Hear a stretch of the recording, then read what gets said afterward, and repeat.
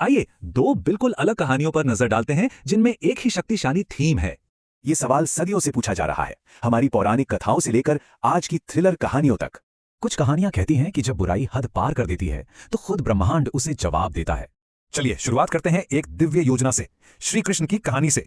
उस कहानी में धरती पर अन्याय यानी अधर्म अपनी सारी सीमाएं लांघ चुका था। तो इसका जवाब कोई इत्तेफाक नहीं था, बल्कि दुनिया का संतुलन बदलने की एक कॉस्मिक प्लान थी।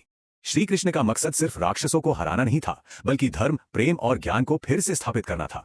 अब जरा आज के दौर की एक थ्रिलर कहानी देखते हैं जिसमें यही थीम एक डरावने अंदाज में लौटती है।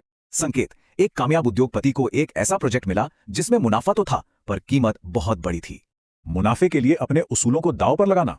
संकेत ने साफ इनकार कर दिया। लेकिन उसके इनकार ने एक खतरनाक साजिश को जन्म दिया जिसका अंत हुआ धोखे और हत्या के साथ।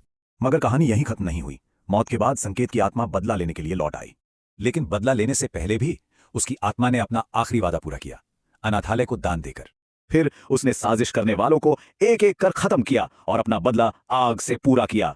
तो एक दिव्य अवतार और एक बदला लेने वाली आत्मा, इन दोनों में क्या एक जैसा है? दोनों ही कहानियों में हद से ज्यादा अन्याय होता है और फिर एक शक्ति आती है संतुलन बनाने के लिए। एक दिव्य योजना हो या किसी का व्यक्तिगत बदला, दोनों का मकसद एक ही है, चीजों को सही करना। ऐसी कहानियां हमें पसंद आती हैं क्योंकि ये न्याय की हमारी गहरी जरूरत को दिखाती हैं। ये एक शक्तिशाली विश्वास को दर्शाती हैं कि अन्याय हमेशा के लिए नहीं टिक सकता। तो ये बदले की कहानियां हैं या उम्मीद की? शायद दोनों ही, जो हमें याद दिलाती हैं कि संतुलन की लड़ाई कभी खत्म नहीं होती।